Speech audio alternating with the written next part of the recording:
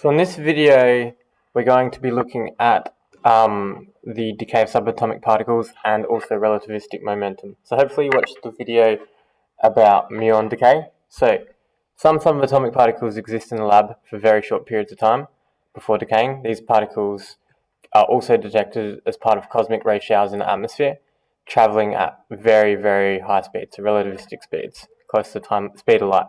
Now, you need to know that time dilation effects allow these particles to travel significant distances without decay. And given the lab lifetime of a subatomic particle and its relativistic speed, you need to be able to calculate the time dilation factors, and using calculations, compare the distance traveled by subatomic particles when incorporating the relativistic effect.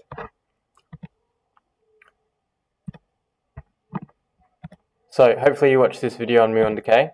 Now, basically, subatomic particles called muons, they have quite a high Lorentz factor because they're traveling at quite a high speed, and therefore they experience extreme time dilation.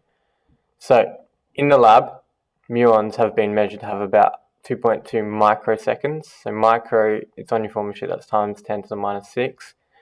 So they decay in a tiny, tiny amount of time. And they're generated in collisions up in the atmosphere, about 10 k's up in the atmosphere, and they should not be detectable on the ground due to their decay rate. So if they're traveling, if they decay, lifetime, they should decay well before they get to the Earth. However, approximately 10% of muons are still detected on the surface of the Earth, and thereby this is actually proof that their decay rates have slowed down relative to the stationary inertial frame of Earth. So because they're moving at such a high speed relative to the Earth, they're undergoing extreme time dilation, which means that they're able to travel much further.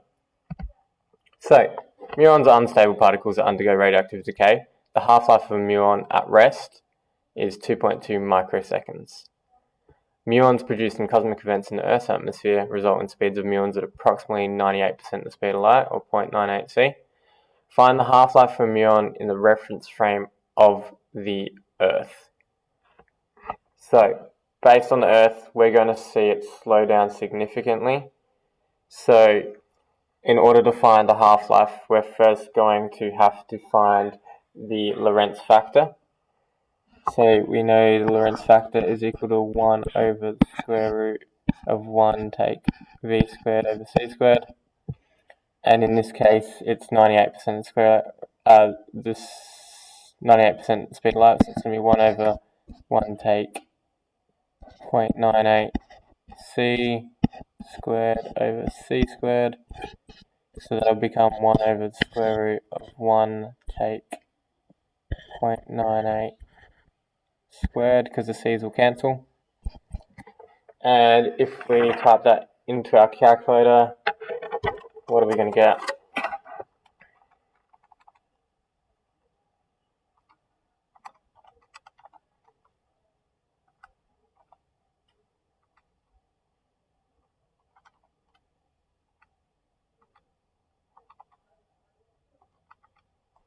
We get a Lorentz factor of about 5.03. Now, we haven't actually found, so the time is going to be increased. So time is equal to T0 times the Lorentz factor. So it's going to be, or the Lorentz factor times T0. So it's going to be 2.2 times 10 to the negative 6 multiplied by 5.03.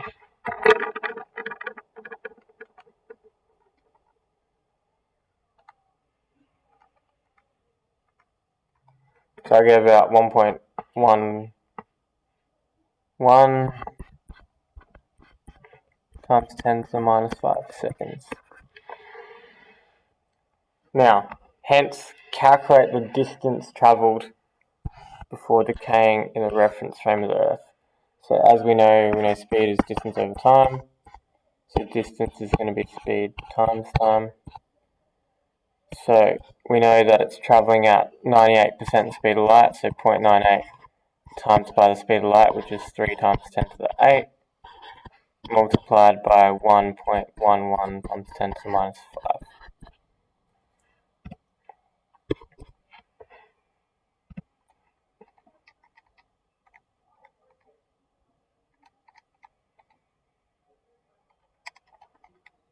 So it's about 3,263.4 meters. So it travels about 3,300 meters. Now remember, this is happening about 10 k's up in the air. And if you remember what a half-life is the time taken for half a sample to decay in a given time. So basically after one half-life, it decays from 100% to 50%, and then to 25%, then to 12.5%.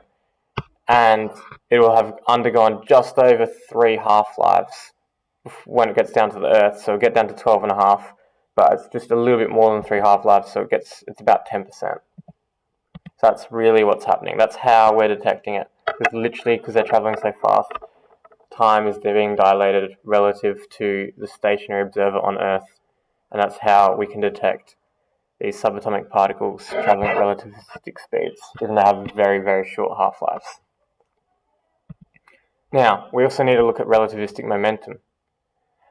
And that's given by this. So this is on your formula sheet. The momentum is equal to the Lorentz factor times by the rest mass, or the mass when an object is stationary, times by its speed, because we know momentum is just mass times velocity.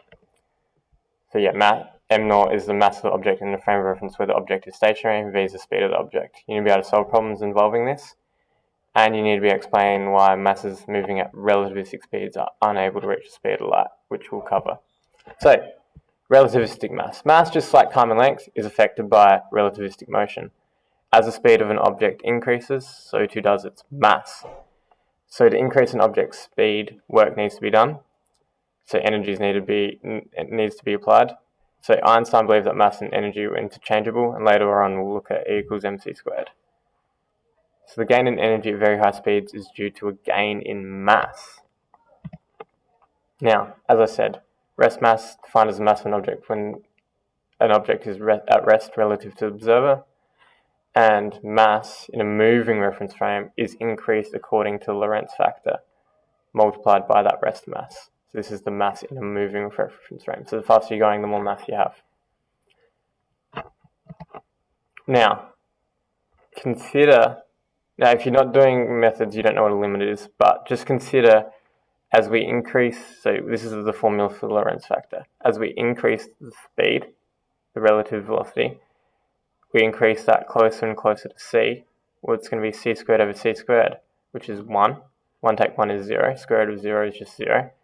So as we get closer and closer and closer to the speed of light, the Lorentz factor is 1 divided by 0, which is undefined, or infinity. So this means that objects traveling at the speed of light, they have infinite mass. So if you had a Lorentz factor at the speed of light, it literally would have infinite mass. Therefore, it would require an infinite force to increase the speed anymore, which is impossible. And then, as we know, as the mass changes with speed, so does momentum, obviously, because momentum is mass times velocity. So this is the one that's actually on your formula sheet. So you need to be able to use this equation to calculate different relativistic masses or momentums. So calculate the relativistic mass of an electron moving at 95% the speed of light. So first, we would need to get the Lorentz factor. The mass of electrons on your formula sheet. So the Lorentz factor, I won't do the calculation, we've done the Lorentz factor plenty of times. It's 3.2. So easy equation to use. So the mass is just going to be the Lorentz factor times the rest mass, and this is the mass of the electron at rest, so it's just going to be 3.2 times 9.11 times 10 to the minus 31, which is going to give us a relativistic mass of 2.9 times 10 to the minus 30 kilograms. Now calculate the momentum, so the momentum is just going to be the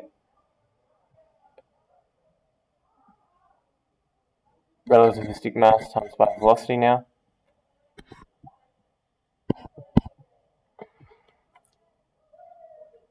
It's going to be the mass that we just calculated times by the speed that it was moving at. It's moving at 95% the speed of light. So it's going to be 2.9 times 10 to the negative 30 multiplied by 0.95 of the speed of light, which is 3 times 10 to the 8. So the relativistic mass will be 8.3 times 10 to the negative 22 kilograms meters per second, or sec-newtons. You also could have obviously done this calculation in one go, so the momentum is just the Lorentz factor times by the rest mass times by the speed it's moving at.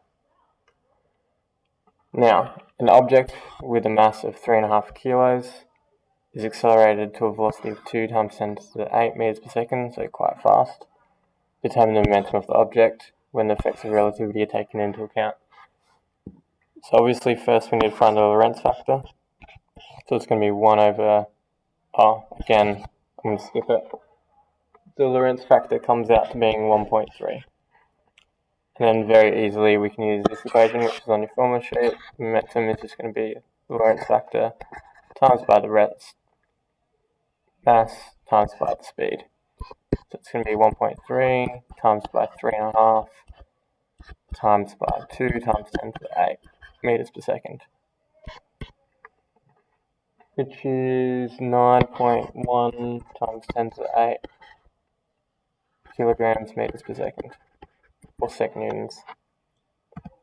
Alright, have a go at finishing off the rest of the questions in the textbook, and then you'll be ready to start revising for your test. Cheers.